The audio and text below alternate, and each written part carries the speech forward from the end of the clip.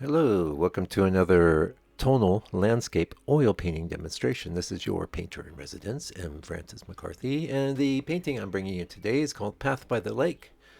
It's a 6 by 8 and I painted this a few days ago. Yeah, I'm working on a panel that it's MDF, and I prepared it with a good 3 coats of house paint that I have tinted to the color you see there. And I like a little bit of red, but not too screamy. There have been times in the past I've worked with a lot brighter reds, and that can be really cool too. Anyway, this is a scene I've painted before. Oh, and I want to point out, if you're curious about checking out my reference image, then that is appended to the members area video, which is real-time version of this scene, and that's 2.5 hour video or something like that. So start to finish, and there's also a session at the beginning where I'm talking about the reference and some of the potential pitfalls that I see, things that you can't get everything in the Photoshop, prior to the painting session. There's things that got to change, a lot of things, and yeah, don't think you can just. In fact, I was at one point trying to use a projector to project the photographs onto the panels, thinking that would be a big time saver, and it really meant that I made a lot of really mediocre paintings at that time. And so you're much better off doing like what I'm doing here. This is like a drawing session. It's one color. In this case, it's burn umber, and I don't think I've added anything to this burn umber. I just wanted it to be what it was. You work out a few different and of course my medium, which is Archival Oils brand. It's odorless. I don't think it's lean. I think it's regular, and I don't know. I don't see a huge difference. I don't use a ton of the stuff. I use it when I need movement. I use it for these underpaintings, and a lot of the reason it doesn't matter is that this session here is pretty much all a prima, you know. I did the underpainting and some color mixing in the morning. All right, sorry. I just noticed some funkiness in the video. It's a cut down from the members area video, which is full length real time. This is sped up. I don't know how many times, about 6, 7 times here, which is good. It's great. Both formats are great. I have to say, I enjoy the 15 minute. I was doing the 15 minute, or even like as little as 10, 5, 6, 7 for the whole first part of the channel's history. And to be honest, I was just going to put the paintings up with no sound at all. But I thought, well, that seems very bleak. And then, you run out of music. So I started talking, and here we are. No one can shut me up now. Anyway, yeah, that underpainting session, that's a good one. Yeah, real key for, of course, getting the composition. Now, in this case, at one point, you keep evaluating as you're painting. That's the thing with painting. There's so many. It's just a decision made. You have to be a decision making machine. Constantly painting, evaluating, changing, modifying. Anyway, one of the things I was messing up quite a lot in the old days was the amount of sky I would leave above my trees.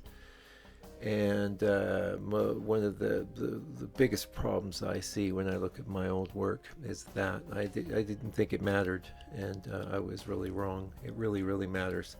In this case, I decided to push up those treetops on that main massive trees that are a bit higher, and that was a good call. Although, yeah, I lost some of the cleanness. So one of the great things about the approach that I share with you here is how do you get your sky and your trees and everything worked out? Well, if you have an underpainting like this, it's a piece of cake. Oh, a little sip of tea there. Now, you know where the trees are going to be. You know where the sky's going to be. And I was actually thinking about this as I was driving home from the studio today. I was thinking, oh, because I'm doing these like little circular paintings that are not at all popular on YouTube, so I don't bother. I'm not going to bother sharing them, but they sell quite well here. So I'm doing a bunch, and they're really quick. And I'm using the same techniques that I'm sharing with you on this painting. I basically use the same sort of approach for everything. What modifies is what I'm actually doing and the decisions I'm making, which maybe we'll talk about a little bit more. But what I was thinking about on the way home was like, wow, if you look real close, you're going to see all that reddish underpainting color around those tree trunks, because it's so small. You really can't. You can if you start messing with your edges too much, you get this. First of all, you run the risk of smearing, and smearing looks nasty. That's the worst way to get an edge. I'm sure you already figured that out. Now, in this particular painting, I've been looking at it in the drying area. I'm wondering if my edges were a little on. What's this? A book? I wonder if my edges were a little hard on the hard side, and hopefully I remember to pick that up. The book, 10 or more years of painting knowledge, painting tonally. And you notice at the beginning of the video I say tonal because some people who may be hearing impaired, it does a good job transcribing my lingo, but it doesn't get that word tonalism. So it'll get that wrong. So we say tonal painting or we say tonally, right? Anyway, check out the book. $60 international shipping. Just sent one out, and you can expect to get it very soon. And I'm waiting for my next print run. And well, good news, bad news. It's not here. But the good news is it's not here because they're making sure the color calibration is very, very good because they know how picky I am. And yeah, it's a beautiful book. I'm proud to share it. Anyway, talking about the edges. So yeah, I mean, there's a lot of things. So when we're putting like that, I've got that really dark. That it's dark now, but this is the underpainting. That's the darkest that the burn number will go. But then, as you can see, I'm starting to break out the black. And yeah, I forgot I hadn't done the sky holes there. Good to have those kind of things behind. Yeah. Anyway, that tree's going to go really dark, and that's one of the things I've always loved about this composition. And it's very common with tonal painting and the painting of the masters. That's one of the reasons when people walk into my studio, they say, "Oh, your work looks old," even though in many ways it's quite modern looking and contemporary, and in so many ways I could enumerate, but nobody cares, so I won't bother. But the reason they're saying that is because of my technique of putting and overall the effect is quite dark and a bit moody and atmospheric and poetic. But it's contrasts. Like I just went for that darkness in the tree there, and that's up against the lightest bit, and that's the kind of thing that the masters love to do, and it's the kind of thing I love to do. And you can't have real light without dark, So. Those edges, when you do that, now I think those edges are pretty good. They're handled the same way I usually do, which is I employ a technique where I leave a bit of underpainting, or I have this sort of grabby. Actually, there's a lot of different. We've been doing this channel a long time. If you listen to me, I always say I have 11 million different edge strategies, and that's true. And in so many ways, as you troll on down the lane, I'm a lot more experienced as a painter than I used to be. My work looks quite similar, but it's changing, it's moving, it's morphing, And in some ways, I'm helpless to stop that process because so much of what painting is of these nearly infinite decisions that are being made, and it's a collaboration between you and the universe. It's not just you. It's your past, it's your influences, it's your reference, it's what mood you're in that day, it's how much maybe caffeine you've had, how much sleep you've had, how you're feeling, how your family life, everything's having a play because it's consciousness at play. That's one of the most fascinating things about painting, and one of the reasons why I'm quite a bit more invested in making this is going to be an affordable painting. Hopefully somebody will be interested in buying it, and yeah, it's going to be affordable, but it's got my my whole consciousness unique signature is all over it and embedded in the paint, and in the image itself, of course, all of that stuff. And even I have painted this scene before, and it was a bit, really good. But one of the main things that's different about a lot of my older work is not just the bad things, but one of the good. I made quite good paintings, but they were they had a lot more strokes. There was a lot more effort. A lot more drive and push. And on one hand, that's good because if the problem with that is that it can often drive you right into a cliff and or into a wall. That's one reason I tend to not to want to operate in that sort of mode. I want to just move through the painting in a fairly loose and expressive way, but getting the job done. And that's why I've always thought, first of all, I love sharing my video process. I think it's great.